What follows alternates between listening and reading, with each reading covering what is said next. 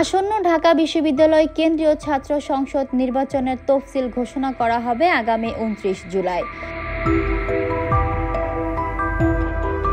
দীর্ঘ 28 বছর পর 2019 সালে অনুষ্ঠিত হয় দেশের দ্বিতীয় পার্লামেন্ট হিসেবে খ্যাত এই ঐতিহ্যবাহী ছাত্র সংসদের নির্বাচন। নানা জটিলতা ও প্রশাসনিক অচলাবস্থার মধ্য দিয়ে সেই নির্বাচনও স্থবির হয়ে পড়ে।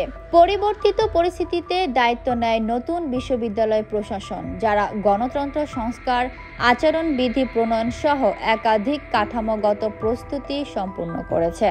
নির্বাচনকে কেন্দ্র করে ইতিমধ্যে বিশ্ববিদ্যালয়ের বিভিন্ন সক্রিয় ছাত্র সংগঠন মাঠে নেমেছে। অন্যান্য দলের পাশাপাশি ইসলামপন্থী ছাত্র সংগঠনগুলোর নেতারাও নির্বাচন ঘিরে ব্যাপক তৎপরতা চালাচ্ছেন। বিশেষ করে ইসলামী ছাত্র আন্দোলন বাংলাদেশ এক্ষেত্রে সবচেয়ে সক্রিয় ভূমিকা পালন করছে বলে জানা গেছে।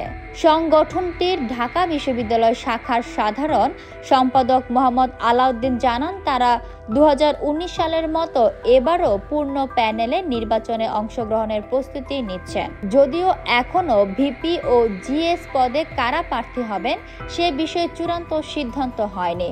তবে দলীয় সূত্রে জানা গেছে একাধিক নেতা আগ্রহ প্রকাশ করেছেন এবং চূড়ান্ত মনোনয়নের অপেক্ষায় আছেন। ভিপি পদে কেন্দ্রীয় assistant secretary general Khairul Ahsan Marjan অন্যতম আলোচিত নাম। তিনি এর আগে ডাবি শাখার সাধারণ সম্পাদক ছিলেন। এছাড়া আলোচনায় আছেন সাবেক সভাপতি মোহাম্মদ ইয়াসিন আরাফাত এবং বর্তমান সভাপতি মোহাম্মদ আবু বকর। জিএস পদে সবচেয়ে আলোচনায় রয়েছেন মোহাম্মদ আলাউদ্দিন নিজেই, পাশাপাশি সহসভাপতি মোহাম্মদ আলী এবং এজিএস পদে আরো কয়েকজন নেতার আগ্রহের কথা জানা গেছে।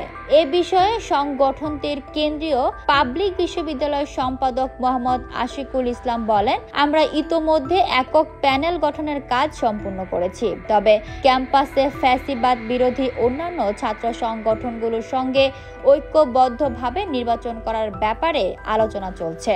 পরিবেশ পরিস্থিতি বিবেচনায় নিয়ে আমরা চূড়ান্ত সিদ্ধান্ত নেব।